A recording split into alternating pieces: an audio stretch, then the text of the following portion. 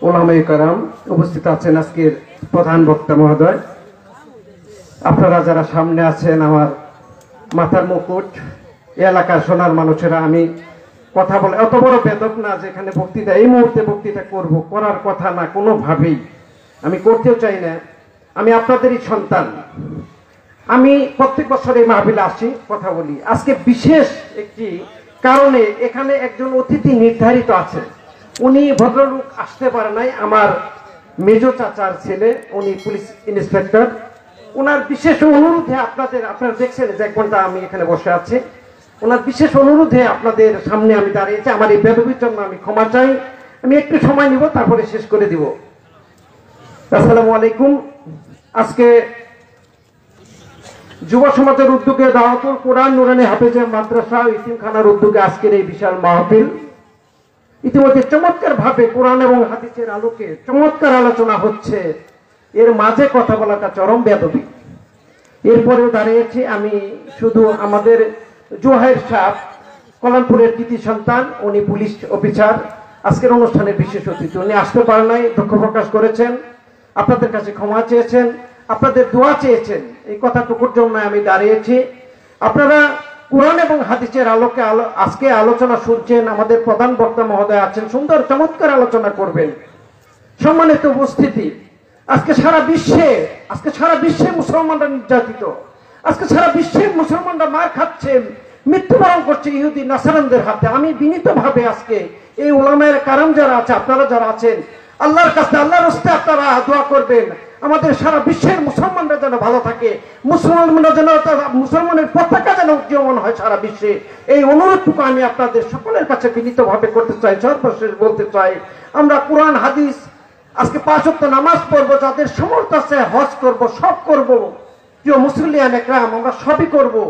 আমরা রাসূলকে ভালোবাসি, আমাদের প্রিয় হাবিবকে ভালোবাসি, যার জন্ম না হলে, সৃষ্টি না হলে 18,000 মাকলুকাতের কিছুই সৃষ্টি হতো না, তাকে আমরা ভালোবাসি। যদি হৃদয় দিয়ে ভালোবাসি, তাহলে তার কথাগুলোকে আমাদের মানতে হবে, তাকে অনুসরণ করতে হবে।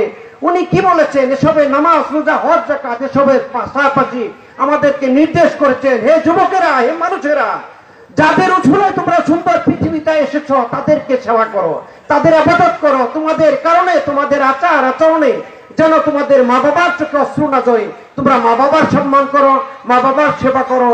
এই কথাগুলো বলেছে, কথাগুলো যেন আমরা এখানে যারা এসেছি আমরা যেন পালন করি, আমরা মা বাবার সেবা করি, আমরা যেন গুরুজনকে সম্মান করি, আমরা যেন দেশ এবং জাতির কল্যাণে কাজ করি। সর্বশেষ বলতে চাই, আমার প্রিয় নবী হযরত মুহাম্মদ মুস্তাফা সাল্লাল্লাহু আলাইহি সাল্লাম বলেছেন, তোমরা ইতিমদেরকে ভালোবাসো, তোমরা ইতিমদের মনে আঘাত দিও না, কষ্ট দিও না, তাদেরকে আদরে বুকে জড়িয়ে নাও, তাদের বিপদে পাশে থাকো।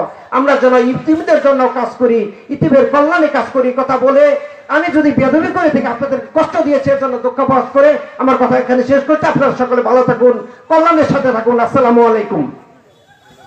ধন্যবাদ জাহাঙ্গীর নেতাকে, সুন্দর হাদিস কোরআন আলোকে কথা বলেছেন, এজন্য তাকে অসংখ্য ধন্যবাদ।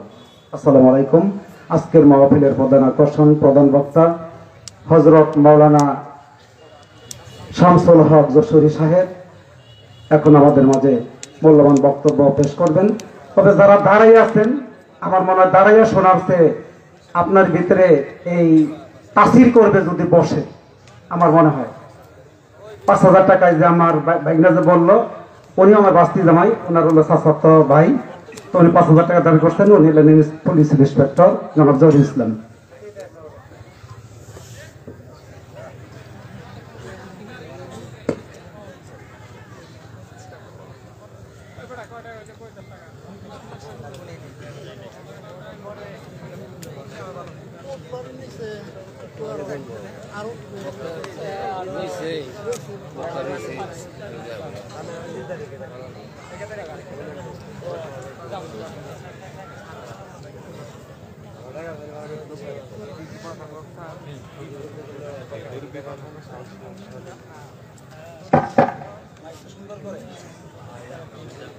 আসসালামুআলাইকুম ওয়া রাহমাতুল্লাহ। ওয়া আলাইকুম আসসালাম।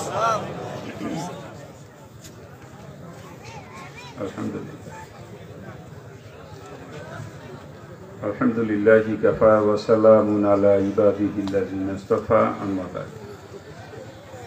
أعوذ بالله من الشيطان الرجيم بسم الله الرحمن الرحيم كل نفس ذائقة الموت فقال تعالى لا تموتن إلا وأنتم مسلمون شبكة الشكر اللهم صل على سيدنا ونبينا وشفيعنا وحبيبنا ومولانا محمد صلى الله عليه وعلى آله وأصحابه وبارك وسلم الحمد لله ঐতিহ্যবাহী ডুমনিবাড়ি ঈদগাহ ময়দানে ডুমনিবাড়ি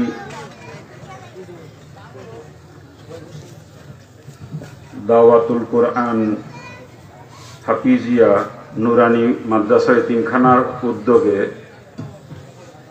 স্থানীয় যুব সমাজ কর্তৃক আয়োজিত আজকের বাৎসরিক ওয়াজ মাহফিলের সম্মানিত সভাপতি, সম্মানিত সহসভাপতি, উদ্বোধক, আমন্ত্রিত ওলামায়ে কেরাম, আমার সামনে উপবিষ্ট দিনদার ইমানদার, আমার ইসলাম দরদি বাবা জিও ভাইজানেরা, পর্দার অন্তরালে শ্রমণ্ডতা স্নেহময়ী মা ও বোনেরা এবং আমার স্নেহের কচিকা আচার, আপনারা বাদ মাগরিব থেকে নিয়ে দীর্ঘ রাত পর্যন্ত বিভিন্ন ওলামা হযরতের জবান থেকে কোরআন হাদিসের আলোকে অত্যন্ত মূল্যবান আলোচনা শুনেছেন। এখন আমি নালায়েক আপনাদের সামনে উপস্থিত, আল্লাহ পাক যদি তৌফিক এনায়েত করেন এবং সাথে সাথে আপনারা যদি অন্তর থেকে দোয়া করেন, আমি আপ্রাণ চেষ্টা করব কোরআন এবং হাদিসের আলোকে সংক্ষিপ্ত কিছু কথা আপনাদের সামনে বলার জন্য। আসুন সর্বপ্রথম ওই পাক জাতের দরবারে শুকরিয়া জ্ঞাপন করি, যিনি আজকের এই সময়ে এ জমিনের বুকে কোটি কোটি মানুষকে বিবিধ প্রকার নাফরমানির মাঝে নিমজ্জিত রেখে আমাকে আর আপনাকে আজকের এই কোরআন হাদিসের আলোচনার মজলিস রিয়াজুল জান্নাহ তথা বেহেশতের বাগিচায় অল্প সময় বসার সুযোগ করে দিয়েছেন। এজন্য শুকরিয়া তান সকলে একবার বলে আলহামদুলিল্লাহ। বাবাজিরা, লম্বা চড়া ভূমিকা নেওয়ার মতো সময় নাই, যেহেতু রাত্রি অনেক হয়ে গেছে। এ সময় মাহফিল শেষ হয়ে যাওয়া উচিত ছিল, আর আমি এমন সময় স্টেজে উঠছি, কি আলোচনা করব চিন্তা করে কুলাইতে পারতেছি না। ওয়াজ শোনা নফল, আর ফজরের নামাজ ফরজ।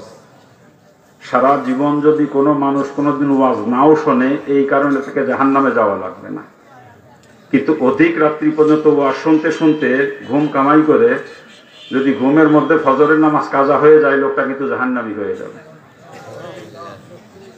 যেন সব দিকে খেয়াল রেখে আমাদের মাহফিল করা উচিত আমি মনে করি। কি বলেন আপনারা? রাত্রি 11টার পরে মাহফিল নেওয়া আদেও ঠিক না, এটা সুন্নাতেরও খেলা। রাসূল বলছেন ঈশান নামাজের পরে যত দ্রুত পারো ঘুমাই যাও, যত দ্রুত পারো ঘুমাই যাও। ঈশান নামাজের পরে দুনিয়াবি কথা বলাই হারাম। দিনী আলাপ আলোচনা করা যায়, অনুমতি আছে, কিন্তু দুনিয়াবি কথা বলাই হারাম ঈশান নামাজের পরে।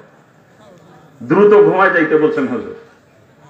সেখানে আমরা মাহফিলের নাম করে রাত 12টা, 1টা, 1:30, 2টা পর্যন্ত ঘুম কামাই করে 14 আনা লোকের ফজরের নামাজ কাজা হয়। এই ওয়াজ দিয়ে কি উপকার হবে সমাজে, কি লাভ হবে মুসলমানের বলেন তো? খুব খেয়াল রাখা দরকার এগুলো। আমি বারবার করে বলছি কথাগুলো কর্তৃপক্ষকে, কিন্তু আমার কথার গুরুত্ব দেয় না। 11টায় দিতে চাইছিল, সে জায়গা দিতে দিতে 12:15 দিয়েছে মাইক আমারে।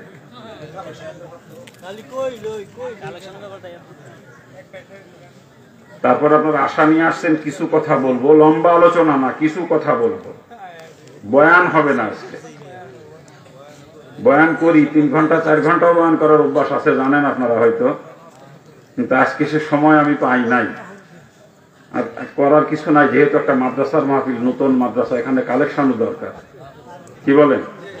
হ্যাঁ, আমি বুঝতে পারতেছি দেরি হয়েছে, এই কারণেই এখানে কালেকশনও দরকার। যেহেতু নতুন মাদ্রাসা, নতুন একটা প্রতিষ্ঠান, 10 জনের সহযোগিতাই চলবে না। কি বলেন? এই জন্য দেরিটা আমি মাইনে নিছি। না হলে অন্য কোনো মাহফিল হইলে, আমার এলাকার মাহফিল হইলে স্টেজে উঠে আল্লাহুম্মা আমিন অনেক জায়গায় করছি আমার জীবনে। রাত 11টার পরে যখন স্টেজে এনেছে উঠে হামসানা শেষ করে আল্লাহুম্মা আমিন অনেক জায়গা করছি জীবনে, কিন্তু আজকে করতে পারতেছি না, শুধু আপনাদের মুখের দিকে তাকাইয়া। না হলে আজকেও করতাম।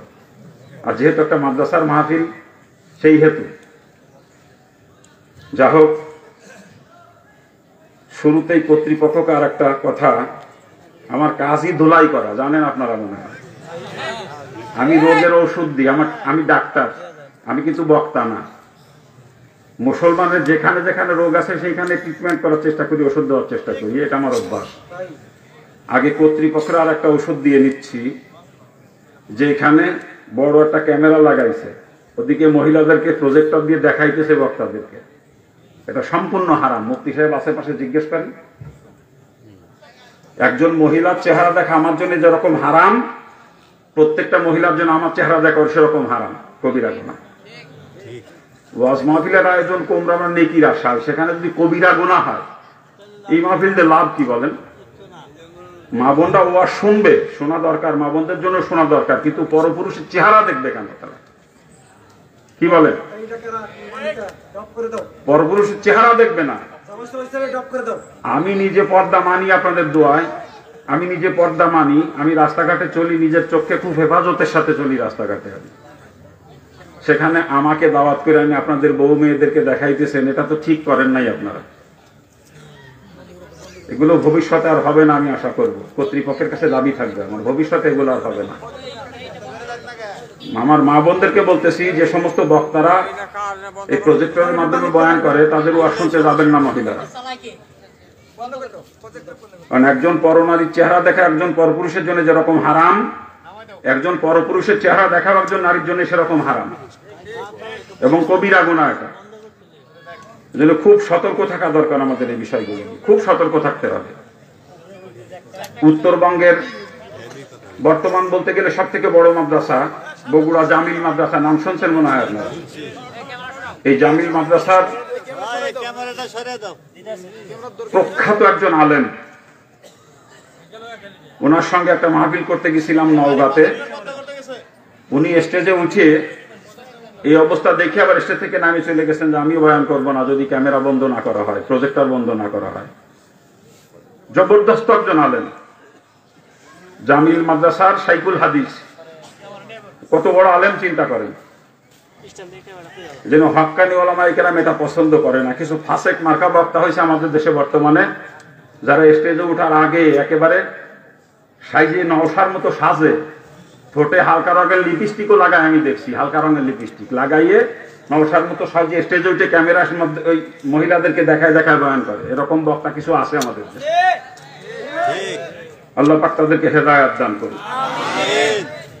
আসেন, সময় নষ্ট করব না, সংক্ষিপ্ত কিছু কথা হবে। আমি কালামে পাকের থেকে দুই জায়গা থেকে দুইটা আয়াতের অংশ তেলাওয়াত করছি। প্রথম তেলাওয়াত করছি কুল্লু নাফসিন যায়িকাতুল মাউত। আল্লাহ পাক বলতেছেন সকলকে মৃত্যু স্বাদ গ্রহণ করতে হবে।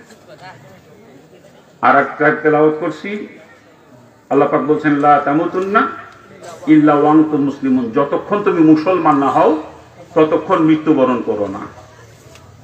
মরা যে লাগবে কোনো সন্দেহ আছে? এ ব্যাপারে কোনো সন্দেহ নাই। একজন নাস্তিক যে আল্লাহকেই বিশ্বাস করে না, নবী রাসূলকে মানে না, দিন মানে না, ধর্ম মানে না, কোরআনে কারীম বিশ্বাস করে না, তাকে জিজ্ঞেস করেন মরা লাগবে কিনা, কি জবাব দিবে? হ্যাঁ, মৃত্যুই চিরন্তন সত্য, কথা ঠিক কিনা? বাইচে আছি এটাই আশ্চর্য, বাইচে আছি এটাই আশ্চর্য, মৃত্যুই চিরন্তন সত্য। মরা যেহেতু লাগবেই, আল্লাহ পাক পরিষ্কার করে বলে দিলেন মুসলমান না হয়ে মরে না। কারণটা কি? আল্লাহ পাক জান্নাত তৈরি করেছে শুধু মুসলমানের জন্য, আর কারোর জন্য নয়। জান্নাত শুধু মুসলমানের জন্য তৈরি হয়েছে, আর কেউ কিন্তু জান্নাতে যাবে না, একমাত্র মুসলমান যাবে জান্নাতে, আর কেউ না। আর আল্লাহ পাক বান্দাবান্দি বানাইছে জাহান্নামে দেওয়ার জন্য নয়, ওই জান্নাতে দেওয়ার জন্যই বানাইছে। এই জন্য আল্লাহ পাক সতর্ক করে দিচ্ছেন যে আমি যে জান্নাত বানাইছি তোমাদের জন্য, ওই জান্নাতে যাইতে গেলে মুসলমান হওয়া লাগবে। এই জন্য আল্লাহ পাক বলছে মুসলমান না হয়ে মরে না, কারণ মুসলমান না হয়ে মরলে জাহান্নামে যাওয়া লাগবে। কি বলেন? হ্যাঁ, মুসলমান হতে হবে। মুসলমান না হয়ে মারা গেলে কিন্তু কঠিন মুসিবত, কঠিন মুসিবত।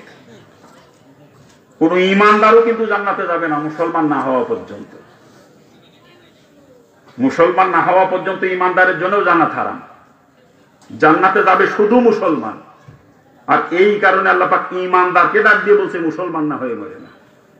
হরিপদ হরেকেশ্বরে কিন্তু কয় নাই, কইছে কারে? ইয়া আইয়ুহাল্লাযীনা আমানু।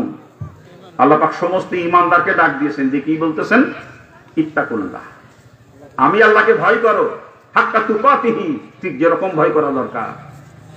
এরপরেই বলতেছেন ওয়ালা তামুতুন্না ইল্লা ওয়া আনতুম মুসলিমুন, যতক্ষণ মুসলমান না হও ততক্ষণ মৃত্যুবরণ করো না। তাহলে কাকে আল্লাহ পাক মুসলমান না হয়ে মরতে নিষেধ করেছেন? ঈমানদারকে। এই কথার দ্বারা আমার বুঝে এতটুকু আসছে যে ঈমানদার আর মুসলমানের মাঝে মনে হয় কিছু পার্থক্য আছে। কি বলেন? যদি পার্থক্য নাই থাকবে তাহলে আল্লাহ পাক ঈমানদারকে কেন মুসলমান হতে বলবেন? ঠিক না? নিশ্চয়ই পার্থক্য আছে। পার্থক্য কি এটা বোঝা দরকার আমাদের। প্রথমত ঈমানদার কাকে বলে আগে বুঝতে হবে। ঈমানদারকে, ঈমান কি জিনিস আল্লাহ পাক অন্য জায়গায় পরিষ্কার করে জানাচ্ছেন, আল্লাযীনা ইউমিনুনা বিল গায়ব, গায়েবকে বিশ্বাস করার নাম হচ্ছে ঈমান। গায়েবকে বিশ্বাস করার নাম ঈমান। আল্লাহ পাক নিজেই গায়েবে। আল্লাহ পাককে দেখছেন কেউ কোনোদিন? আল্লাহ পাক নিজেই গায়েবে। আর গায়েবের আল্লাহকে বিশ্বাস করা ঈমানের সর্বপ্রথম দাবি, ঠিক না? আমানতু বিল্লাহ, আল্লাহর প্রতি বিশ্বাস স্থাপন করা ঈমানের সর্বপ্রথম দাবি, ঠিক না? কিন্তু আল্লাহকে কেউ দেখি নাই কোনোদিন, দেখছি? আল্লাহ পাক নিজেই গাইবে। ফেরেশতাদেরকে তো দেখছেন মনে হয় নাকি? তাহলে ফেরেশতারাও গাইবে নাকি? গান ফেরেশতাদের বিশ্বাস ঈমানের একটা অংশ নাকি বলেন? হ্যাঁ, কবরে তো দুই একবার গেছেন নাকি? হাসরের ময়দানে, জান্নাতে, জাহান্নামে, আখিরাতকে বিশ্বাস করা ঈমানের অংশ। এই যে গায়েবের সম্পর্কে যত খবর নিয়ে আসছে নবী রাসূলরা, এই খবরকে বিশ্বাস করার নাম হচ্ছে ঈমান। গায়েবের সম্পর্কে যত খবর নিয়ে আসছে, খবরকে বিশ্বাস করার নাম হচ্ছে ঈমান। আর যারা এই গায়েবকে বিশ্বাস করে, এই গায়েব সম্পর্কে যত খবর নবী রাসূলরা নিয়ে আসছে এগুলো যারা বিশ্বাস করে, তাদেরকে বলা হয় ঈমানদার। আর ঈমানদারকে আল্লাহ পাক মুসলমান না হয়ে মরতে নিষেধ করে। তাহলে মুসলমান কি জিনিস বোঝা দরকার না? বাপের নাম আব্দুর রহিম, আমার নাম আব্দুল খালেক, গরু খাই জন্মের খাওয়া, খতনাও করাইছি, আমি তো মুসলমান নাকি? কারণ হ্যাঁ বাবা যান, মুসলমানের ঘরে জন্ম নিয়েই মুসলমান হওয়া যায় না। মুসলমানের ঘরে জন্ম নিয়েই যদি মুসলমান হওয়া যায়, তো ডাক্তারের ভোলা মেডিকেল কলেজের বারান্দায় যায় নাই কোনোদিন, সেও দাবি করতে পারতো আমার বাপ ডাক্তার, আমিও ডাক্তার। এরকম দাবি করলে মানবেন? উকিলের ভোলা ল কলেজের বারান্দায় যায় নাই কোনোদিন, যদি দাবি করেন আমার বাপ উকিল, আমিও উকিল, মানা যাবে? ঠিক তদ্রূপ মুসলমানের ঘরে জন্ম নিয়েই মুসলমান হিসেবে দাবি করা চলবে না। আর দাবি যদি করেনও, ও দাবি আল্লাহ পাকের কাছে গ্রহণযোগ্য হবে না, ঠিক না? ডাক্তারের পোলাকে ডাক্তার হিসেবে দাবি করতে গেলে নিজেকে ডাক্তারি বিদ্যা অর্জন করতে হয়, মেডিকেল সায়েন্সের উপর লেখাপড়া করা লাগে, ঠিক না? উকিলের ছেলেকে উকিল হিসাবে দাবি করতে গেলে নিজেকে LLB কমপ্লিট করতে হয়, নাকি বলেন? ঠিক তদ্রূপ মুসলমানের ঘরে জন্ম নিয়েই মুসলমান হিসাবে দাবি করা চলবে না। মুসলমান হিসাবে দাবি করতে গেলে নিজেকে মুসলমানিত্ব অর্জন করা লাগবে। কি কথা ঠিক না? আবার গরু খাই দিলে মুসলমান হয়ে গেছি এরকম না। গরু খাইলে যদি মুসলমান হয়ে যায়, তো শকুন হয়তো সব থেকে বড় মুসলমান। আমি আপনি কত মশলাপাতি দিয়ে সিদ্ধ করে রান্না করে নরম বানায় খাই, এরপরও পেটের ভিতরে যে গরুটি কত অসুবিধা ঘটায়, ঘটায় না? আর শকুন বেচারা কিন্তু কাঁচা খাইয়ে হজম করে। কি বলেন? গরু খাইলে মুসলমান হওয়া গেলে শকুন তো সব থেকে বড় মুসলমান, ঠিক না? খতনা করাইছি বলে মুসলমান হয়ে গেছে এরকমও না। তাই যদি হইতো, বর্তমান ডাক্তাররা পরীক্ষা নিরীক্ষা করে দেখছে পুরুষের শরীরে এমন কিছু রোগ হয় যার একমাত্র কারণ খতনা না করানো। ওই রোগের ট্রিটমেন্ট খতনা। এই জন্য ডাক্তারদের পরামর্শ মোতাবেক অনেক হিন্দু, বৌদ্ধ, খ্রিস্টানও বর্তমানে খতনা করাইতেছে, ঠিক না? এই জন্য খতনা করাইলেই মুসলমান হওয়া যায় না। মুসলমান কারে কয় বোঝা দরকার না একটু? মুসলমান ওই ব্যক্তি ঈমান আনার সাথে সাথে রসুলের তরিকায় যার জিন্দেগি চলে, সেই হচ্ছে মুসলমান। আল্লাহ পাক কোরআনে পাকের বিভিন্ন জায়গায় বিভিন্ন ভাষায় কথাটা বোঝানোর চেষ্টা করেছেন। ইল্লাল্লাযীনা আমানু ওয়া আমিলুস সলিহাত, এই দুইটা গুণ যার মধ্যে আছে এরাই শুধু জান্নাতে যাবে। কানাত লাহুম জান্নাতুল ফিরদাউসি নুজুলা। এক এক জায়গায় আল্লাহ তাআলা এক এক রকম খোঁজ খবর দিয়েছেন এই দুইটা গুণ যার মধ্যে আছে তার ব্যাপারে, ঠিক না? অর্থাৎ যার ঈমান আছে, নেক আমল করে, কথা ঠিক না? আর নেক আমল কারে পায়? রসুলের তরিকায় কাজ করার নামই হচ্ছে নেক আমল। পায়খানা করাও নেক আমল যদি রসুলের তরিকায় হয়। প্রস্তাব করা নেক আমল যদি রসুলের তরিকায় হয়, খানা খাওয়া নেক আমল যদি রসুলের তরিকা হয়, ব্যবসা করা নেক আমল রসুলের তরিকায় হলে, চাকরি নেক আমল রসুলের তরিকায় হলে, রাজনীতি নেক আমল রসুলের তরিকায় হলে, ঠিক না? আর রসুলের তরিকার খেলাফ নামাজ হলে নামাজও আল্লাহর নাফরমানি, রসুলের তরিকার খেলাফ রোজা হলে রোজাও আল্লাহর নাফরমানি, ঠিক না? এক কথায় রসুলের তরিকায় কাজ করার নামই হচ্ছে নেক আমল করা। কথা বুঝে আসছে? তা যার ঈমান আছে, রসুলের তরিকায় জিন্দেগি চলে, সেই হচ্ছে মুসলমান। এই দুইটা গুণ যার মধ্যে আছে সেই মুসলমান, আর এই মুসলমানই যাবে জান্নাতে, আর কেউ না।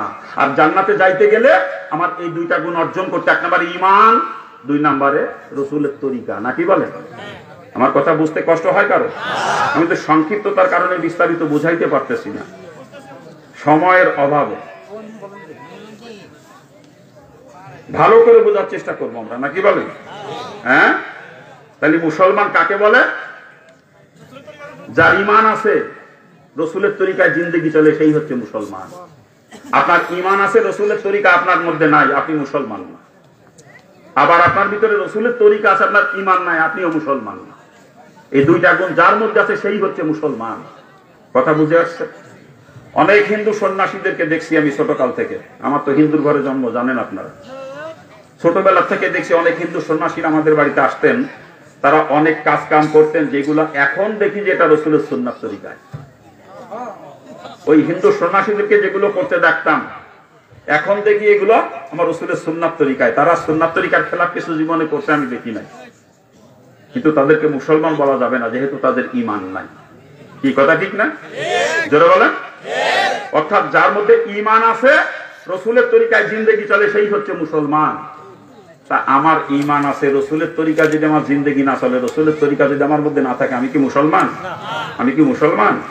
আর মুসলমান না হয়ে মারা গেলে কিন্তু খবর আছে, মুসলমান না হয়ে মারা গেলে খবর আছে, ডাইরেক্ট জাহান্নাম, ডাইরেক্ট, কোন এখানে কোনো বাধা নাই জাহান্নামে যাইতে। কথা ঠিক না? এই জন্য আল্লাহ পাক মুসলমান না হয়ে মরতে নিষেধ করেন, শুধু এই কারণে। আমরা তো জান্নাতে যাইতে চাই, নাকি বলে? তাহলে আমাদেরকে মুসলমান হতে হবে। কথা ঠিক না? যেমন আমার ঈমান আছে, তেমন রসুলের তরিকা আমার মধ্যে থাকতে হবে। কথা ঠিক না? আমি জীবনে যা কিছু করবো রসুলের তরিকাই হতে হবে, যা কিছু করবো সব রসুলের। মুসলমানের জীবনে থুতু ফেলাটা রসুলের তরিকায় হবে। মুসলমান রসুলের তরিকার খেলাফ থুতুও ফেলতে পারে না। কথা ঠিক কিনা? অর্থাৎ মুসলমানের জিন্দেগিতে রসুলের তরিকার খেলাফ কোনো কাজ করা লাগে না।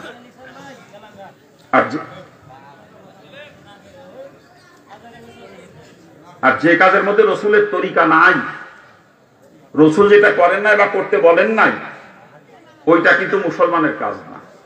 কি বলেন আপনারা? আর মুসলমানের জীবনে এমন কিছু, মুসলমান জীবনে যা কিছু করে এমন কোন কাজ নাই যার মধ্যে আমার রসুলের তরিকা নাই। কি কথা ঠিক না? আপনারাই বলেন, খানা খাওয়ার মধ্যে কি রসুলের তরিকা আছে? পায়খানা প্রস্রাবের মধ্যে, ঘুমানোর মধ্যে, পোশাক পরিচ্ছদের মধ্যে, দাঁত মাজার মধ্যে, কান পরিষ্কার করার মধ্যে, হাত পায়ের নখ কাটার মধ্যে, গোপ দাড়ি চুল কাটা ছাটার মধ্যে এমন কোন সেক্টর একজন মানুষের জিন্দেগিতে নাই যেই সেক্টরে আমার রসুলের তরিকা নাই। কি বলেন আপনারা? ব্যবসা বাণিজ্যের মধ্যে আছে রসুলের তরিকা, চাকরি বাকরির মধ্যে, কৃষিকাজের মধ্যে, বিবাহ শাদীর মধ্যে, আত্মীয়ের সঙ্গে আচরণের মধ্যে, প্রতিবেশীর সঙ্গে আচরণের মধ্যে, স্ত্রীর সঙ্গে আচরণের মধ্যে, সন্তানের সঙ্গে আচরণের মধ্যে, বিধর্মীদের সঙ্গে আচরণের মধ্যে এমন কোন সেক্টর একজন মানুষের জিন্দেগিতে নাই যেই সেক্টরের মধ্যে রসুলের তরিকা নাই। আর ঈমান আনার পরে সর্ব সেক্টরে রসুলের তরিকা এখতিয়ার করে যে চলে, সেই হচ্ছে মুসলমান। সর্ব সেক্টরে রসুলের তরিকা এখতিয়ার করে চলবে মুসলমান। কথা ঠিক না? মুসলমানের জিন্দেগিতে এমন কিছু করা লাগে না যেখানে রসুলের তরিকা নাই। মুসলমানের ব্যবসা রসুলের তরিকায় হওয়া লাগবে। কথা ঠিক না? তাই ব্যবসার মধ্যে রসুলের তরিকা নাই, আছে তো।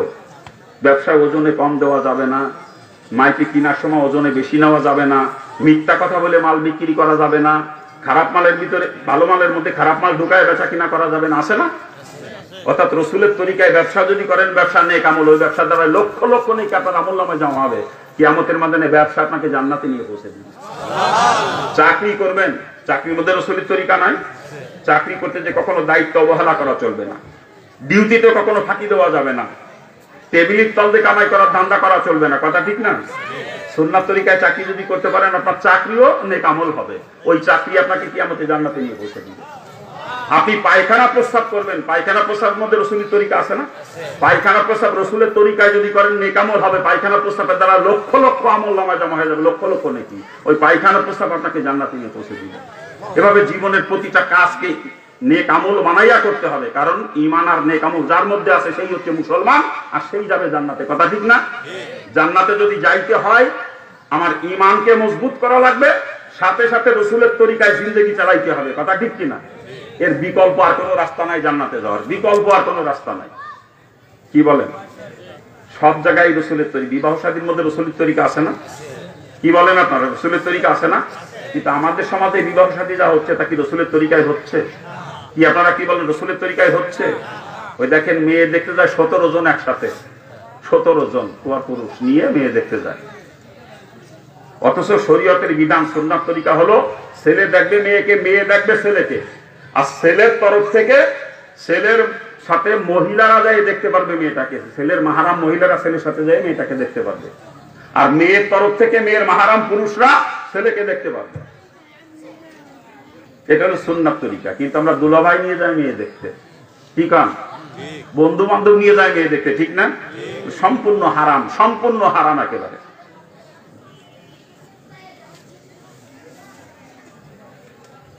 আমাদের সমাজে বিয়ে শাদীর যে অবস্থা দেখি আর আমার আশ্চর্য লাগে। অথচ সুন্নাত তরিকার খেলাফ কোন আমলই আল্লাহ তাআলা কবুল করেন না। কি বলেন আপনারা? পাশে মাওলানা সাহেব বসা, সুন্নাত তরিকার খেলাফ কোন আমল আল্লাহ কবুল করে? কি আপনারা কি বলেন, কবুল করে? সুন্নাত তরিকা ছাড়া কোন আমলই আল্লাহ পাকের দরবারে গ্রহণযোগ্য নয়। কি কথা ঠিক না? নামাজ যদি সুন্নাত তরিকার খেলাফ হয় নামাজ হবে? রোজা সুন্নাত তরিকার খেলাফ হলে রোজা হবে? ঠিক তদ্রূপ বিয়ে যদি সুন্নাত তরিকার খেলাফ হয় বিয়ে হয় নাই আপনার। কি আমার কথা বুঝতে কষ্ট হয়?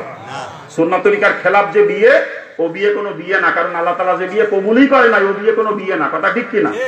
তো স্বামী স্ত্রীর নামে সারা জীবন যে মিলামিশা হচ্ছে অবৈধ মিলামিশা, জিনা। জিনা আর জিনার মাধ্যমে সন্তান জন্ম নিলে কি হয় সে সন্তান, বলেন তো? কি আপনারা কি বলেন? আপনাদের এলাকায় কি বলে? হারামজাদা, হারামজাদি বা জারস সন্তান। কি কথা ঠিক না? আজকে চিন্তা করে দেখেন, সুন্নাত তরিকায় বিয়ে না হওয়ার কারণে আমাদের মুসলমানের ঘরে জারস সন্তানের জন্ম হচ্ছে সব। সুন্নাত তরিকায় বিয়ে না হওয়ার কারণে, কারণ সুন্নাত তরিকার খেলাফ বিয়ে আল্লাহ তাআলা কোনোদিন কবুল করে না। সুন্নাত তরিকার খেলাফ কোনো আমলই আল্লাহ কবুল করে না, কথা ঠিক না? তা আমার বিয়ে সুন্নাত তরিকায় না হয়ে থাকলে আমার বিয়ে তো আল্লাহ কবুল করে নাই, অতএব আমার বিয়ে হয় নাই। ওই যে স্ত্রীর সাথে মিলামিশা করতেছি আমি স্বামী স্ত্রীর নাম করে, এটা অবৈধ মিলামিশা, জিনা হচ্ছে। সন্তান যেগুলো জন্ম দিচ্ছি সব জারস সন্তান হচ্ছে। আর এই কারণে বর্তমান মুসলিম সমাজের এত দুরবস্থা, শুধু এই কারণে। মানে আজকে মুসলিম সমাজের সন্তানরা অবৈধ সন্তান হচ্ছে, যারা অবৈধ সন্তান কখনো মা বাপের কথা শোনে না। কি বলেন আপনারা? আজকে সমাজের অধিকাংশ মুসলমানের সন্তান মা বাপের কথা শুনতেছে না। এর পিছনে 1 নাম্বার কারণ সুন্নাত তরিকায় মুসলমানের বিবাহ না হওয়া, 1 নাম্বার কারণ এটা। সন্তানই বৈধ না, আর অবৈধ সন্তান কখনো মা বাপের কথা শোনে না। কি আমার কথা বুঝতে কষ্ট হয়? তাহলে এখন থেকে বিবাহ শাদী সুন্নাত তরিকায় হবে তো? সুন্নাত তরিকায় হবে তো? মেয়ে দেখবে ছেলে, ছেলে দেখবে মেয়েকে, মেয়ে দেখবে ছেলেকে, আর ছেলের তরফ থেকে ছেলের মাহারাম মহিলারা ছেলের সঙ্গে যাইতে পারবে মেয়ে দেখতে, মেয়ের তরফ থেকে মেয়ের মাহারাম পুরুষরা মেয়ের সঙ্গে ছেলেকে দেখতে পারবে। মনে থাকবে, বন্ধু বান্ধব নিয়ে মেয়ে দেখা যাবে না, দুলাভাই নিয়ে মেয়ে দেখা যাবে না, একেবারে হারাম। এমনকি যে ছেলে বিয়ে করবে, ছেলের বাপের জন্য বিয়ে হওয়ার আগ পর্যন্ত মেয়েটার চেহারা দেখা হারাম। ছেলের সঙ্গে বিয়ে হয়ে যাওয়ার পরে বেটার বউ দেখাতে আর কোনো নিষেধ নাই শ্বশুরের জন্য, কিন্তু ছেলের সঙ্গে বিয়ে হওয়ার আগ পর্যন্ত ছেলের বাপের জন্যও ওই মেয়েটার চেহারা দেখা হারাম, একেবারে কবিরা গুনাহ। কারণ যদি বিয়ে না হয়, দেখা দেখি হইতেছে ছেলে মেয়ে, যদি বিয়ে না হয়, বিয়ে হয়ে গেলে আর বেটার বউ দেখাতে কোনো নিষেধ নাই, কিন্তু বিয়ে হওয়ার আগ পর্যন্ত ছেলের বাপের জন্য মেয়েটা দেখা হারাম। এই মাসালা অধিকাংশ ওলামায়ে কেরাম জানে আমাদের সমাজে, কিন্তু হুজুররা বলেও না আর আমরা মানিও না। আমার একটা জামাই, আমার জামাইটারে মাই দেখতে নেবে না, হ্যাঁ, এত বড় বুড়া। এগুলো আমাদের সমাজের টেন্ডেন্সি, মন মানসিকতা, কথা ঠিক না? নাকি ভুল বলতেছি? হ্যাঁ, বন্ধু বান্ধব যদি না নাই মেয়ে দেখি, বন্ধু বান্ধব বেজার। কি কথা ঠিক কিনা? হ্যাঁ, আফসোস আফসোস। এরপরে বিয়ের আগে গায়ে হলুদের অনুষ্ঠান হয়, গায়ে হলুদ। আপনাদের দেশে হয় নাকি? মুসলমানের বিয়েতে গায়ে হলুদ দেওয়া হারাম, একেবারে হারাম। তারপরে গায়ে হলুদের সিস্টেম কি দেখেন না, ভাবিরা দেবরের গায়ে হলুদ মাখায়, ভাবিরা দেবরের গায়ে হলুদ মাখায়, দেবরের গোসল করায়, আছে না? অথচ দেবর ভাবিতে দেখা দেওয়ায় হারাম, কবিরা গুনাহ। দেবরকে রসুল মৃত্যুর সাথে তুলনা করেছেন, মৃত্যুর সাথে তুলনা করেছেন দেবরকে। সে দেবরের ভাবিরা গোসল না করাইলে দেবরের গোসলই হয় না। এই বিয়েতে আমাদের সমাজে এই গোসল চলতেছে এভাবে, গায়ে হলুদের অনুষ্ঠান, কথা ঠিক না? গাড়ি ভরিয়ে বেটা বেটি একসাথে গায়ে হলুদের অনুষ্ঠানে যায়, যুবতী যুবতী মেয়েদেরকে সাজায় গুছায় নিয়ে চলে যায় গায়ে হলুদের অনুষ্ঠানে। কি কথা ঠিক না ভুল বলতেছি? জোরে বলেন। এগুলো দেখি আর আমার কাছে খুব কষ্ট লাগে, জানি হিন্দু ছিলাম মনে হয় ভালো ছিলাম, মুসলমান হয়ে ভুল হয়েছে আমার। এগুলো তো হিন্দুদের কাজ, মুসলমান তো এগুলো করতে পারে না। কি আপনারা কি বলেন এ কথা? হ্যাঁ, আমি জন্মের পরের থেকে দেখছি আমার আত্মীয় স্বজনরা এগুলো করতো, আমার আত্মীয় স্বজনরা এগুলো করতো, কিন্তু আজকে মুসলমান হয়ে দেখি মুসলমানরা ওই হিন্দুদেরকে ছাড়িয়ে একদম আগে চলে গেছে। নাকি ভুল বলতেছি আমি? আফসোস আফসোস। আর বর্তমান অধিকাংশ বিয়েতে যৌতুক ছাড়া বিয়েই হচ্ছে। কি কথা ঠিক না? যৌতুক ছাড়া বিয়েই হচ্ছে না, যৌতুক দেওয়াও হারাম, নেওয়াও হারাম। কি কথা ঠিক না? তবে হ্যাঁ, মেয়ের বাপের যদি সামর্থ্য থাকে আর মেয়ে জামাকে সুখে শান্তিতে রাখার জন্য মোটরসাইকেল বা প্রাইভেট কার একটা দিয়ে দেয়, কোনো আপত্তি নাই। মেয়ের বাপের ক্ষমতা আছে, জামাইরে চাকরি দিয়ে দিল 5 লাখ টাকা দিয়ে, কোনো অসুবিধা নাই। মেয়ের বাপের ক্ষমতা আছে, জামাইরে মেয়েকে সুখে রাখার জন্য জামাইরে লন্ডন পাঠায় দিল, আমেরিকা পাঠায় দিল, কোনো আপত্তি নাই। কিন্তু ছেলেলাদের তরফ থেকে চেয়ে বা দাবি করে 4 আনা পয়সাও যদি নেওয়া হয় মেয়ের গার্জিয়ানের কাছ থেকে, ওই 4 আনাই হারাম, ওইটা যৌতুক, ওটা হারাম। শুয়োর খাওয়া আর যৌতুকে টাকা খাওয়ার মধ্যে কোনো পার্থক্য নাই। শুয়োর খাইতে পারবেন কোন কোন মুসলমান? হাত তোলেন তো। শুয়োর খাইতে পারবেন কোন মুসলমান? হাত তোলেন। তো যৌতুকে টাকা খাইতেছেন, লজ্জা করে না আপনাদের? মুসলমান পরিচয় দেন, লজ্জা করে না? মুসলমান কখনো যৌতুকে টাকা খাইতে পারে? আর যে শুয়োর খাইতে পারে সে যৌতুকে টাকা খাইতে পারে, কিন্তু মুসলমান কখনো যৌতুকে টাকা খাইতে পারে না। লম্বা লম্বা পরিচয় দেন মুসলমান বলে, লজ্জা করে না আপনাদের? আপনাদের কাছে আছে খালি মোষ আর ওল, মান সম্মান নাই। মান সম্মান থাকলে সে কখনো মেয়ের বাপের কাছ থেকে যৌতুক নেয়? যার মান সম্মান আছে সে কখনো যৌতুক নিতে পারে না, কথা ঠিক কিনা? যৌতুক নিয়ে যে ছেলে বিয়ে করায় ওই বদমাইশ ভিখারির থেকেও নিকৃষ্ট, ভিখারির থেকেও নিকৃষ্ট যে যৌতুক নিয়ে ছেলে বিয়ে করায়। এরকম যদি আপনাদের সমাজে কেউ থাকে যৌতুক নিয়ে ছেলে বিয়ে করায়, ওরা জুতোতে দিতে দেন। ওর উপযুক্ত পুরস্কার হলো জুতোর বাড়ি, মনে থাকবে। এই যৌতুক নিয়ে বিয়ে করে আবার ছেলে মেয়ে কথা শুনেন, তোর বিয়েই তো হয় নাই, তুই জন্ম দিয়েছ দাওরা, তাও ছেলে কথা শুনবে কি করে? খারাপ লাগতেছে মনে হয়? খারাপ লাগে আপনাদের? আফসোস লাগে, এগুলো দেখে আর আফসোস লাগে। আমি হিন্দুর বাচ্চা, আমার কাছে মনে হয় আমি ভুল করেছি মুসলমান হয়ে। হ্যাঁ, আফসোস আফসোস। মুসলমান বলে এগুলো করে, এরা বলে মুসলমান। লজ্জা করে না? মুসলমান পরিচয় লজ্জা করে না? যেগুলো আপনারা করেন, হিন্দুরা এত নিকৃষ্ট কাজ করে না, এত নিকৃষ্ট কাজ অনেক হিন্দুরাও করে না। কি আপনারা কি করেন কথা? এগুলো কি করবেন ভবিষ্যতে? এগুলো করবেন ভবিষ্যতে? আল্লাহ পাক মুসলমানদেরকে হেফাজত করুন। জোরে বলেন না? মনে হয় খারাপ লাগতেছে নাকি? মনে হয় খারাপ লাগতেছে নাকি? মুসলমানের বিয়েতে মহিলারাও বরযাত্রী যায়, মহিলারা দলে দলে মহিলারা বরযাত্রী যায়। আপনাদের এলাকা মনে হয় যায় না, আমার এলাকায় যায়। চিন্তা করেন, মুসলমানের বিয়েতে মহিলা বরযাত্রী, চিন্তা করেন। আফসোস আফসোস।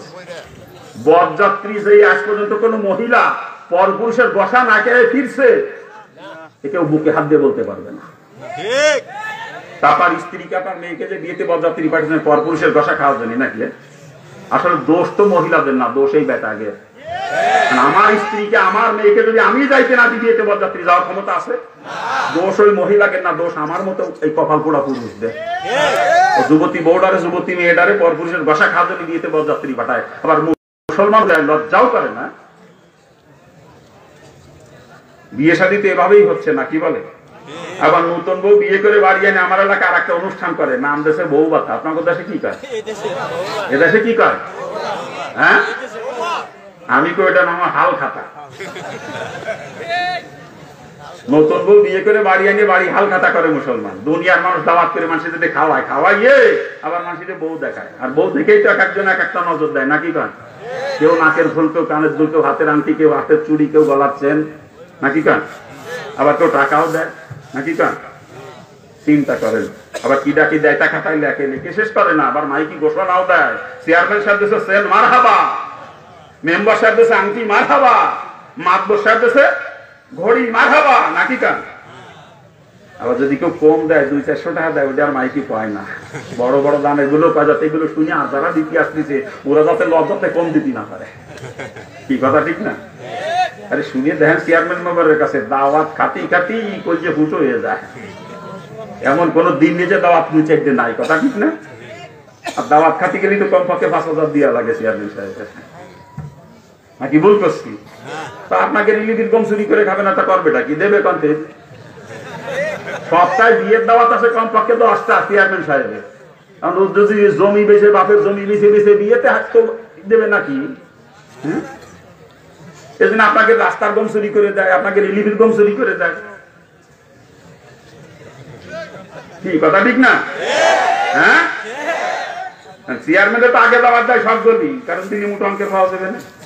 চেয়ারম্যান সাহেবের সাথে রক্তের কোনো সম্পর্ক নাই, আত্মীয়তার কোনো বন্ধন নাই, তারপরও তারা আগে দাওয়াত দেয়। কিন্তু নিজের প্রতিবেশী আছে গরিব মানুষ, আত্মীয় স্বজন গরিব আছে, তাকে একটু মুখ দিয়েও পায় না। উদ্দেশ্য ব্যবসা, কথা ঠিক না? জোরে বলে। আবার রাত্রিবেলা অনুষ্ঠান শেষ হয়ে গেলে হিসেব করতে বসে, কত খরচ করেছে আর উঠিছে কত, হালকাতা যে করলাম, লাভ হয়েছে না লস হয়েছে। কি মুক্তি সাহেব করে না কিরকম? হ্যাঁ, এই জন্য আমি ওইটার নাম দিয়েছি হাল খাতা। অথচ নতুন বউ বিয়ে করে বাড়িতে আনছেন, এই খুশিতে অলিমা করা সুন্নাত। অলিমা করা কি? আপনার ঘরে নতুন বউ আসছে, এই খুশিতে প্রতিবেশীদেরকে বা আত্মীয় স্বজনকে দাওয়াত করে খাওয়ানো সুন্নাত, কিন্তু কারো কাছ থেকে কোনো বিনিময় নেওয়া হারাম। মনে থাকবে, মনে থাকবে। প্রতিবেশীদেরকে আত্মীয় স্বজনকে দাওয়াত করে খাওয়াবেন, আপনার ঘরে নতুন বউ আসছে, এই খুশিতে দাওয়াত করে খাওয়ানো সুন্নাত। এটাকে বলে অলিমা। কি বলে এটাকে? অলিমা। কিন্তু আমাদের সমাজে যেটা চলতেছে হাল খাতা, ওটা হারাম।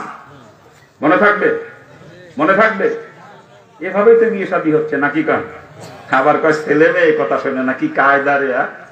জন্ম দিয়েছে যাওরা ওটা জানো, আল্লাহর ওলি আব্দুল কাদের জিলানী দেবে না। খারাপ লাগে নাকি? এখন থেকে সমাজে বৈধ সন্তানের জন্ম দেবে ইনশাআল্লাহ। সুন্নাত তরিকার খেলাফ কোনো মুসলমানের বিয়ে হবে না, মনে থাকবে তো।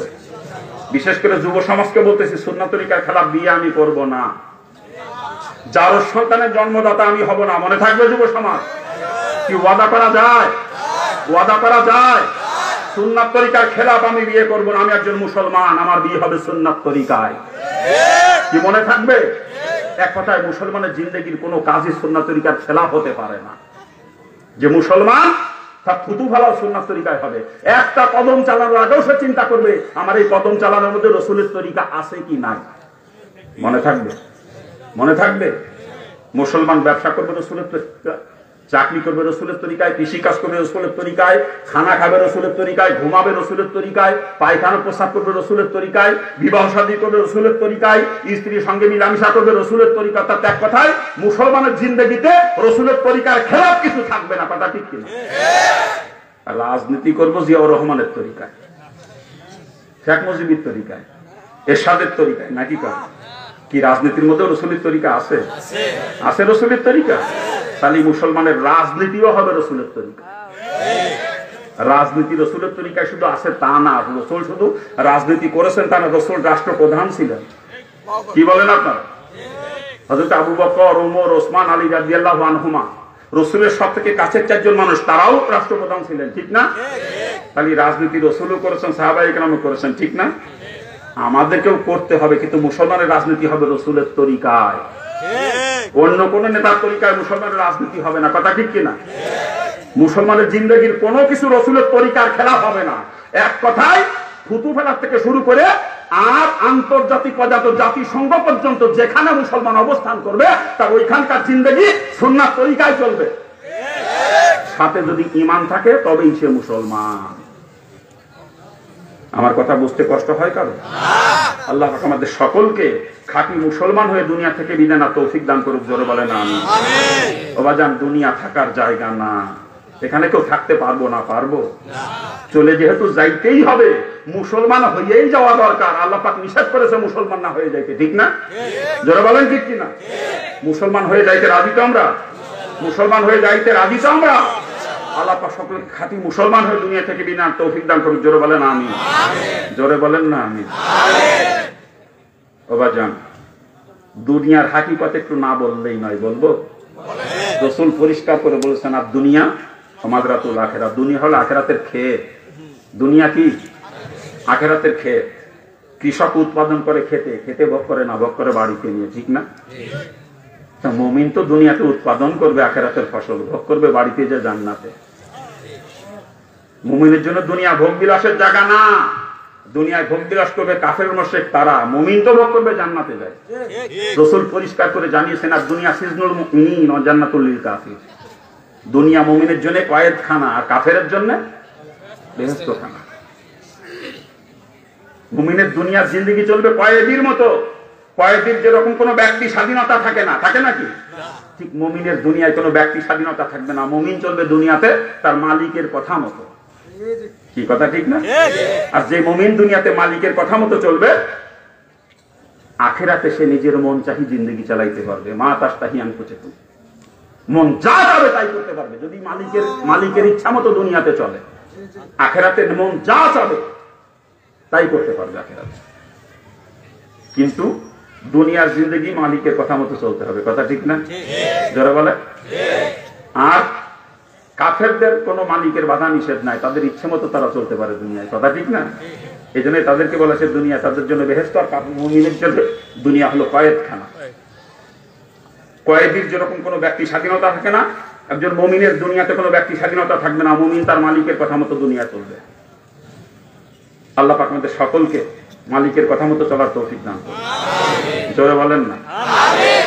জোরে বলেন আমিন। খারাপ লাগতেছে মনে হয়? ভালো লাগা আলোচনা করি না জীবনেও, কাজে লাগা আলোচনা করি। আমার জীবনে আমি ভালো লাগা ওয়াজ করিনি কোনোদিন। মুসলমানের কাজে লাগে এমন কিছু কথা বলার চেষ্টা করি।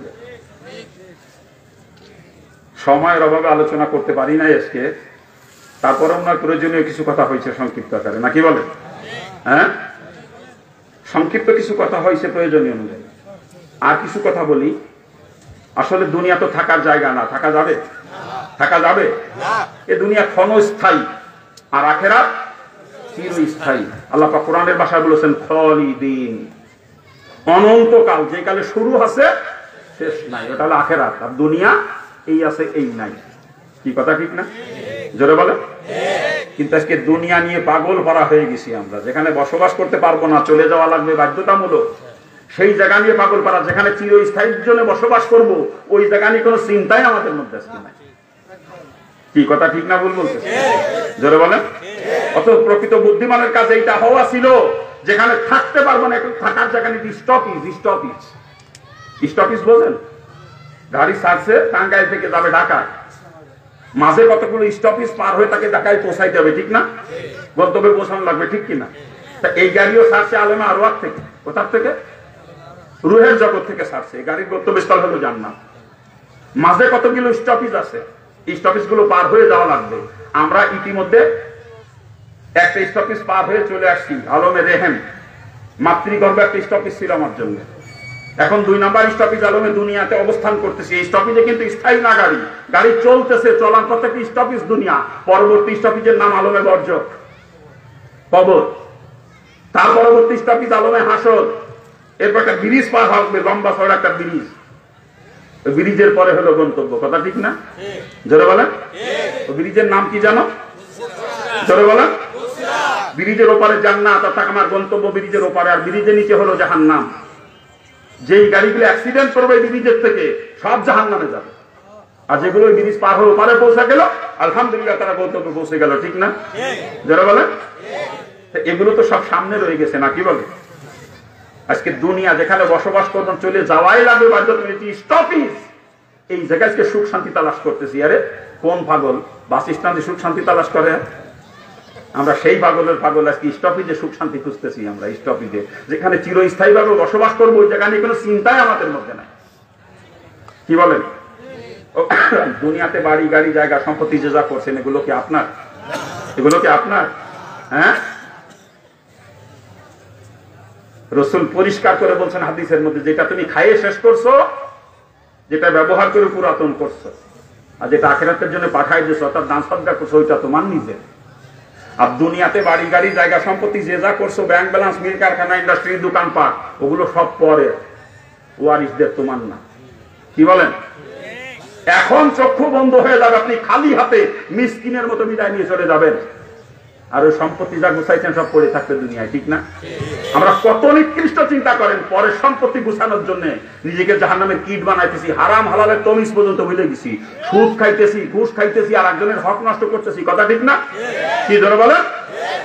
পরের সম্পত্তি গুছানোর জন্য বাড়ি গাড়ি করে ছেলে মেয়ের জন্য দিয়ে যাবে, ও তো পর ওয়ারিস, আপনার না। ওগুলো ওয়ারিসদের, আপনার নিজের না। আপনার নিজের কতটুকু রসুল বানাই দিয়েছেন, যেটা খাইছেন আপনি, আর যেটা ব্যবহার করছেন, আর যেটা পাঠাই দিয়েছেন, দান সদকা করছেন, ওইটা আপনার নিজের। আর দুনিয়াতে বাড়ি গাড়ি যা করে ফিরে যাচ্ছেন, ও পরের, কথা ঠিক না? এই পরের সম্পত্তি গোছানোর জন্য আপনি নিজে জাহান্নামের কি হইতেছেন, হারাম কামাই করে, হারাম খাইয়ে। এগুলো নিয়ে চিন্তাও করি না, আমরা চিন্তাও করি না এগুলো নিয়ে। আরে এই বিয়াক্কেল, কত সময় থাকবেন আপনি দুনিয়াতে? রসুল পরিষ্কার করে বলছেন, যতটুকু সময় দুনিয়াতে থাকবা সেই পরিমাণ দুনিয়ার পিছনে মেহনত করো, আর যতটুকু আখেরাতে থাকবা সেই পরিমাণ আখেরাতের পিছনে মেহনত করো, সেই পরিমাণ আখেরাতের পিছনে মেহনত করো। উদাহরণ দিয়ে হুজুর বোঝানোর চেষ্টা করেছেন, দুনিয়া আর আখেরাত বোঝানোর চেষ্টা করেছেন। রসুল এক হাদিসের মধ্যে বলছেন, এই দুনিয়া আসমান থেকে জমিন পুরো ফাঁকা জায়গা সরিষার দানা দিয়ে ভরে দিলে একটা পাখি একটা দানা মুঠি করে নিয়ে চলে যাবে, 500 বছর পরে সে আর একটা দানা নেবে। এইভাবে নিতে নিতে এই আসমান জমিনের মাঝের ফাঁকা জায়গা সরিষার ভান্ডার একদিন না একদিন শেষ হয়ে যাবে, তবু আখিরাতের জিন্দেগি শেষ হবে না। তাহলে দুনিয়ার আখিরাতের তুলনা রাসূল এইভাবে বোঝানোর চেষ্টা করেছেন। আর এক জায়গায় উদাহরণ দিয়েছেন এরকম, সাগরের মাঝখানে সূর্য ডুবা দিলে সূর্যের মাথায় কতটুকু পানি ওঠে, ওইটা হলো দুনিয়ার জিন্দেগি। আর বৃহত্তর সাগরে যত পানি আছে, ওইটা হলো আখিরাতের জিন্দেগি। তাহলে দুনিয়ার পিছনে মেহনত কতটুকু করা দরকার, আখিরাতের পিছনে মেহনত কতটুকু করা দরকার, একটু বিবেক দিয়ে চিন্তা করেন এগুলা, বিবেক দিয়ে। আজকে তো দুনিয়া নিয়ে পাগল পারসা, আখিরাত ভুলেই গেছি আজকে মুসলমান, আখিরাত ভুলেই গেছি আমরা, কথা ঠিক না? আল্লাহ পাক সকলকে আখিরাত বুঝে আখিরাতের সামানা তৈরি করে দুনিয়া থেকে দেওয়ার তৌফিক দান করুক, জোরে বলেন আমিন। এই দোয়া না করে চলে যায় না, দোয়া হবে। এত রাত মতো দোয়া শুনে দোয়া না করে মুসলমান যায় না, ওরই মতো দোয়া না করে যাইতে পারে, মুসলমান দোয়া না করে যায় না। দোয়া হবে, এখন দোয়া না করে কেউ চলে যায় না।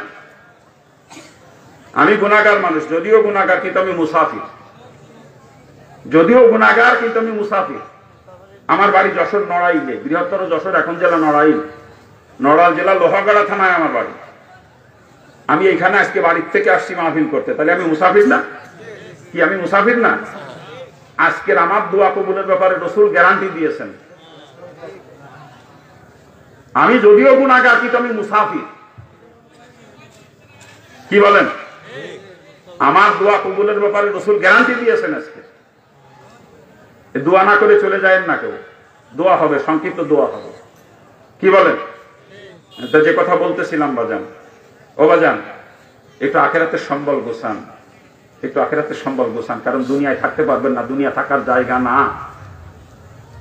আপনি আখিরাতের পথযাত্রী, আখিরাতের প্রতিটা মুহূর্ত আগাইতেছে, আপনি আখিরাতের দিকে আগাইতেছেন, কথা ঠিক না? জোরে বলেন। আপনি আখিরাতের পথযাত্রী, আখিরাতের সম্বল কিছু গোছান, কিছু নিয়ে যাইতে পারবেন না, কিন্তু ওইটা আপনার সাথে যাবে, যেটা আপনি দান সদকা করবেন, ওইটা আপনার সাথে যাবে। কি বলেন? দুনিয়ার বাড়ি গাড়ি অর্থ সম্পদ কিচ্ছু নিয়ে যাইতে পারবেন না, কিন্তু যেটা দান সদকা করবেন ওইটা আপনার সাথে যাবে, কবরে যাওয়ার সাথে সাথে ওইটা আপনি পাবেন, আপনার আখিরাতের ব্যাংকে জমা হয়ে যাবে, ওটা ডিপোজিট। কি বলেন? আল্লাহ পাক সকলকে বোঝার তৌফিক দান করুন, বোঝার তৌফিক দান করুন। আমি কোটি কোটি টাকা সম্পদের মালিকের ছেলে, কোটি কোটি টাকা সম্পদের মালিক আমার বাপ। যখন বুঝতে পারছি দুনিয়ায় থাকতে পারবো না, সব লাথি মারে চলে আসছি, সব লাথি মারে চলে আসছি। মুসলমান হওয়ার পরও আপনাদের দোয়ার বরকতে টাকা কম কামাই করি না, বহুত টাকা কামাই করি। বর্তমানে একটা প্রোগ্রামে 40,000 টাকা করে নিচ্ছি। তাহলে মাসে কত আসে? মাসে কত আসে? কি বোঝেন না? কত আসে মাসে?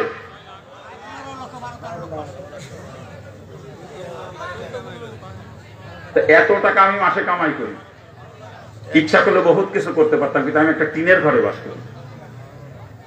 আমার বাড়িতে এখন একটা টিনের ঘর, আমি একটা টিনের ঘরে বাস করি। বুঝছি আল্লাহ পাক বুঝতেছে যে দুনিয়া থাকার জায়গা না, চলে যাওয়া লাগবে। আর আখেরাতের বালাখানার মালিক কেমনে হওয়া যায় সেটাই আমার চেষ্টা। দোয়া করবেন আল্লাহ পাক যেন ওই বালাখানা মালিক আমাকে বানায় যায়। এই যে টাকা কামাই করি আপনাদের দোয়া, টাকা দিয়ে মাদ্রাসা চালাই। আমি মাদ্রাসা করছি, বর্তমান 3টা মাদ্রাসার প্রতিষ্ঠাতা আমি, 3টা মাদ্রাসা, একটা দাওরা হাদিস পর্যন্ত, একটা জামাতে কাফিয়া পর্যন্ত, আর একটা শুধু হাফিজি এবং নুরানি, আপনাদের এটার মতো হাফিজি এবং নুরানি। এই 3টা মাদ্রাসার প্রতিষ্ঠাতা আমি। তার একটা কমিটি চালিত, কমিটি চালায়, তারা খরচ খরচা তারা বহন করে, আর একটা আমি নিজে খরচ দিয়ে চালানোর চেষ্টা করি। দোয়া করবেন। আজ পর্যন্ত হাত পেতে কারো কাছে বলি না যে 5টা টাকা আমার মাদ্রাসার জন্য দেন। সাইতে গেলে টাকা দেয় 3, যে কথা কয় 33 টাকা, আমি সহ্য করতে পারি না। মানে হাত পাইতে কারো কাছে বলি না যে 5টা টাকা মাদ্রাসার জন্য দেন, বলবো না কোনোদিন, নিয়ত করছি। দোয়া করবেন আপনারা। তবে উপজাত করে যদি কেউ দেয় যে হুজুর আপনার মাদ্রাসার জন্য 5,000 টাকা দিলাম, সেটা আমি উপজাত করে দিলে, কিন্তু হাত পাইতে কারো কাছে চাই না, চাবো না কোনোদিন। দোয়া করবেন আপনারা। আমি গুনাহগার যা কামাই করি এটা দিয়ে চালানোর চেষ্টা করি। তবে বর্তমানে অনেক দিনা আছি।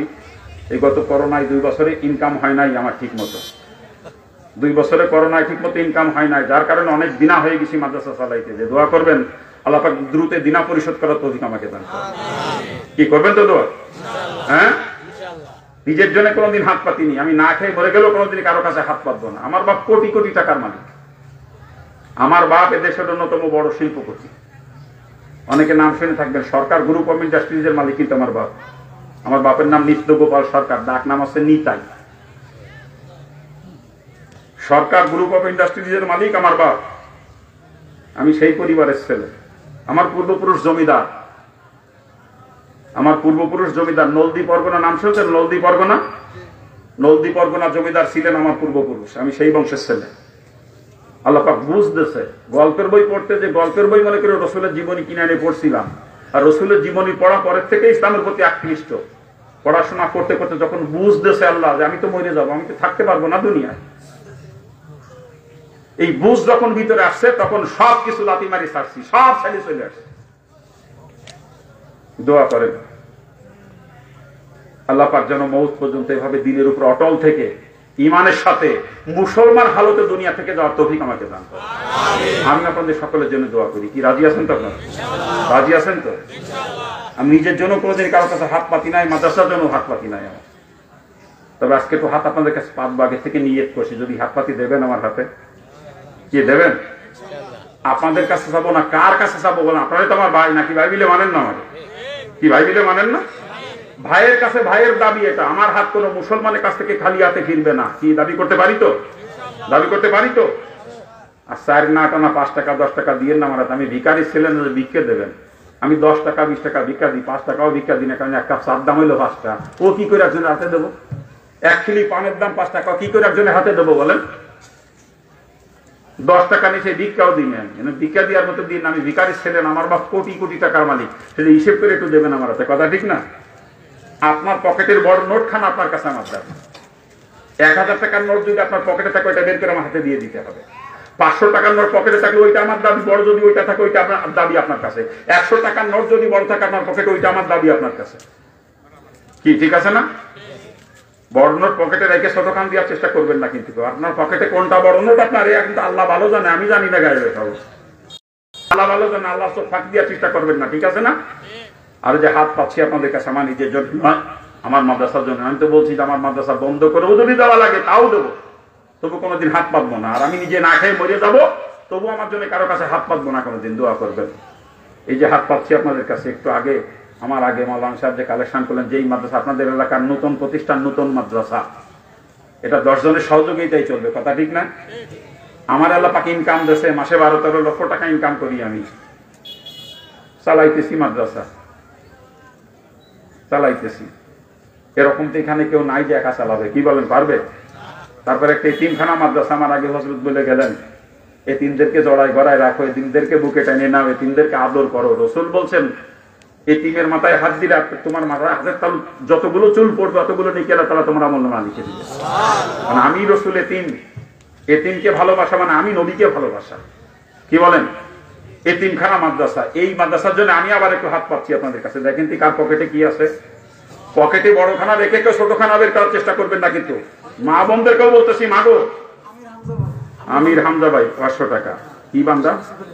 শামসু খলিফা 500 টাকা। আল্লাহ তাআলা সকলের কি নাম? আল্লাহ তাআলা কবুল করুক, জোরে বলেন আমিন। যার পকেটে বড় নোট যেটা আছে, বড় নোট নাই আপনার কাছে, 2 টাকা আছে, 2 টাকা দিয়ে শরীক হয়ে যাওয়া লাগবে আপনার। ঠিক আছে না? কিন্তু বড়খানা পকেটে রেখে কেউ ছোটখানা দিবেন না, পরিষ্কার কথা। হাত দান পকেটে, হাত দান প্রত্যেকে 2 টাকা থাকলেও দেওয়া লাগবে। এবার হাত দান নাকা পকেটে নাই, জানাতুর কাছে বসে বসে পকেটে হাত দান।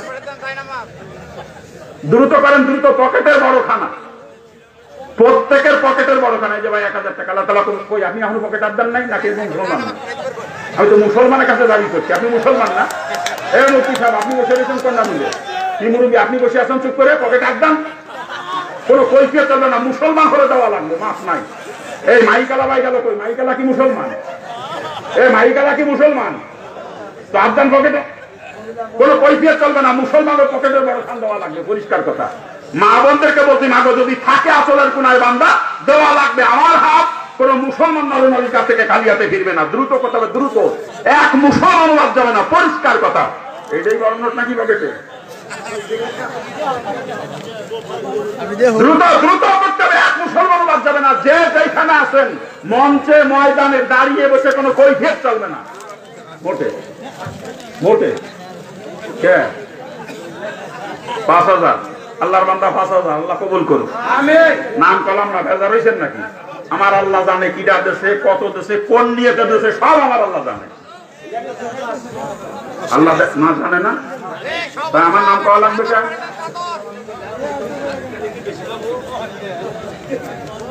কিটা দিল, কত দিল, কোন নিয়তে দিল আল্লাহ জানে না? আমার নাম বলা লাগবে কোন জন্য বলেন? আল্লাহ দেখতেছে চাইয়ে চাই নাকি? আমার আল্লাহ অন্ধ? আল্লাহ দেখে না? দেখেন তো নাকি? আরে আমিও তো মুসলমান, আমারও তো দিয়া লাগে। আমিও তো মুসলমান, আমারও কিছু মাদ্রাসার হুজুররা গেল কই?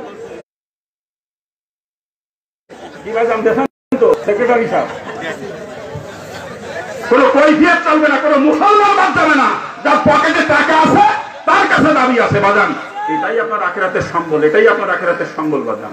একটু দ্রুত করেন, দ্রুত দ্রুত। দুনিয়া থাকার জায়গা না, দুনিয়া থাকার জায়গা না। আমি তো আমার মাদ্রাসার জন্য চাই নাই। যদি আমার মাদ্রাসার জন্য যাই সেটা পরে, কিন্তু এখন আমি এই মাদ্রাসার জন্য হাত পাচ্ছি। আমার মাদ্রাসায় যদি উপযোজকে যাইনি আমি সেটা, কিন্তু এখন না, এখন এই মাদ্রাসার জন্য যা দাবি করছি আপনাদের কাছে। দ্রুত করেন। আরে মহিলারা, মা বোনরাও দেবে ইনশাল্লাহ, মা বোনরাও দেবে। দ্রুত করেন, দ্রুত। ছবি তোলা হারাম বিনা প্রয়োজনে। খালি খালি ছবি তোলেন, গুনাহগার হাম। কিন্তু বিনা প্রয়োজনে ছবি তোলা জায়েজ নাই। দ্রুত করেন, দ্রুত। ওই মেম্বার সাহেব দিয়েছেন কখন? আগের বক্তার কাছে, আমার কাছে দিয়েছেন তো? পকেটের বড় খান দিয়েছেন তো? পকেটের বড় খান দিয়েছেন তো? হ্যাঁ, দ্রুত করেন। এই দোয়া না করে চলে যাবেন না, দোয়া হবে এখন।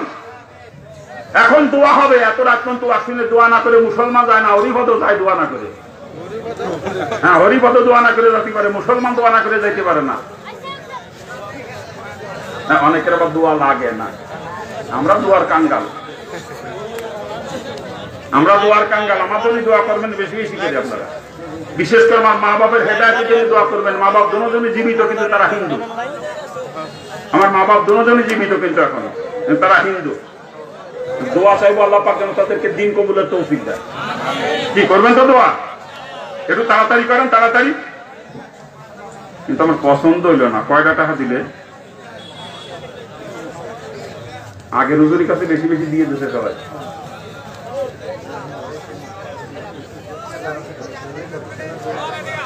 কই তাড়াতাড়ি করেন।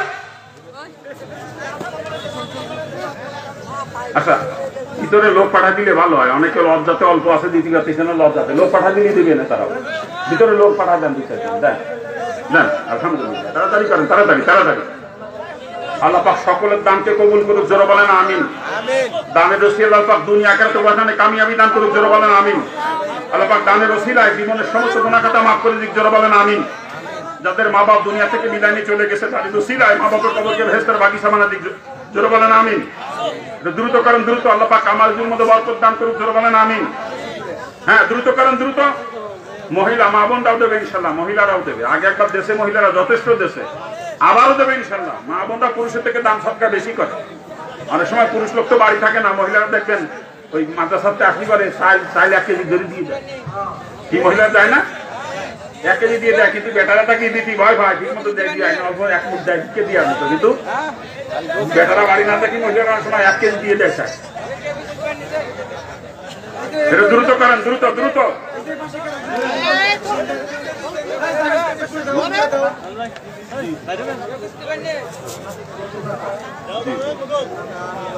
আলহামদুলিল্লাহ, এটাই বড় অনুষ্ঠান কি পকেটে? জি আলহামদুলিল্লাহ আলহামদুলিল্লাহ। পকেটের বড় খান দেবে সবাই, পকেটের বড় খান। যাতে 2 টাকা থাকলে 2 টাকা বড় খান, 1000 টাকা থাকলে 1000 টাকা বড় খান। সেইটা বড় নোট পকেট। ওইটা আগে একবার দিয়েছেন, ওইটা দেখবো না আমি আগের বক্তার কাছে দিয়েছেন। আমার হাতে দেওয়া লাগবে, আমি হাত পাচ্ছি। আমার হাত কোন মুসলমানের কাছ থেকে খালি হাতে ফেরে না। আমি তো নিজের জন্য চাই নাই আপনাদের কাছে, নিজের জন্য চাইছি, আমার মাদ্রাসার জন্য চাইছি। আপনাদেরই মাদ্রাসা, কেন দিবেন না? দেওয়া লাগবে না। চলবে কি করে মাদ্রাসা বলেন?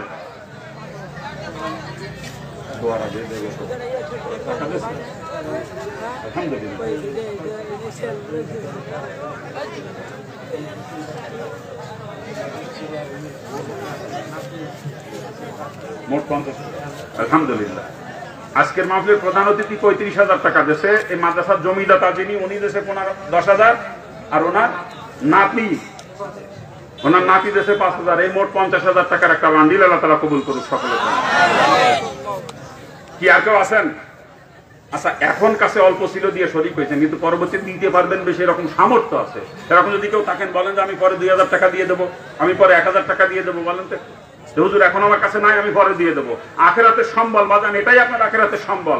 এইটা কবরে গেলে পাবেন আপনি, এটা কবরে গেলে পাবেন, কিন্তু দুনিয়ায় বাড়ি গাড়ি করছেন ও পাবেন না। এইটা পাবেন। পারবেন কেউ যে হুজুর এখন আমার কাছে নাই, থাকলে এখন দিতাম, নাই আমি পরে দিয়ে দেবো, এরকম কেউ আছেন? যা পারেন। দাঁড়ান দাঁড়ান দাঁড়ান দাঁড়ান। কত দেবেন? কি নাম? আলী আসগর। আলী আসগর, মুরব্বী আলী আসগর 1000 টাকা দিয়ে দেবে পরে, লিখে রাখেন। আর কে আছেন বলেন যে হুজুর আমার কাছে এখন না, পরে দিয়ে দেবে, আমি দোয়া করব, আমি দোয়া করবো, বলেন। এনামুল হক লাবু ভাই 10,000 টাকা। আল্লাহ তাআলা কবুল করুক, জোরে বলেন আমিন। আর কেউ আছেন যে হুজুর আমার কাছে এখন না, পরে দিয়ে দেবো আমি? আপনার সুবিধা মতো সময় দিয়ে দিন, বলেন বলেন। হ্যাঁ, যারা দাঁড়ায় আছেন আপনারাও বলেন, বসে যারা আছেন আপনারাও বলেন, দাঁড়ানো যারা আপনারাও বলেন যে হুজুর আমি পরে 2,000 টাকা দেবো, 1,000 টাকা দেবো, বলেন বলেন। এখন দিয়া লাগতেছেন, এটা পরে দিয়ে দিন আপনার সুবিধা মতো।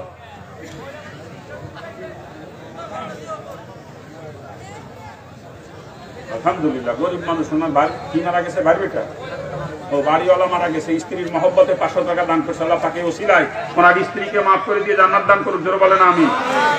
আর কেউ পারবেন? এখন নেই পরে দেবেন, এরকম কেউ আছেন যে হুজুর আমি পরে 2,000 টাকা দিয়ে দেবো? এলাকার প্রধান ফসল তো ধানই মনে হয় নাকি? হ্যাঁ, ধান না প্রধান ফসল? ধানের সময় 2 মণ ধান দেবেন যে হুজুর আমার খেতে আল্লাহ বরকত দিলে আমি 2 মণ ধান দিয়ে দেবো এই মাদ্রাসার জন্য। পারবেন কেউ? 2 মণ ধান আমি বরকত দেবো, ধান খেতে বরকত দিবে, আমি দোয়া করবো আল্লাহ ধান খেতে বরকত। দাঁড়ান মুরব্বী দাঁড়ান। 2 মণ ধান,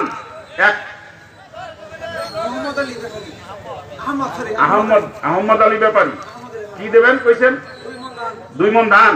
আল্লাহ তাআলা কবুল করুক, ওনার ধান ক্ষেতের মধ্যে আল্লাহ বরকত দান করুক।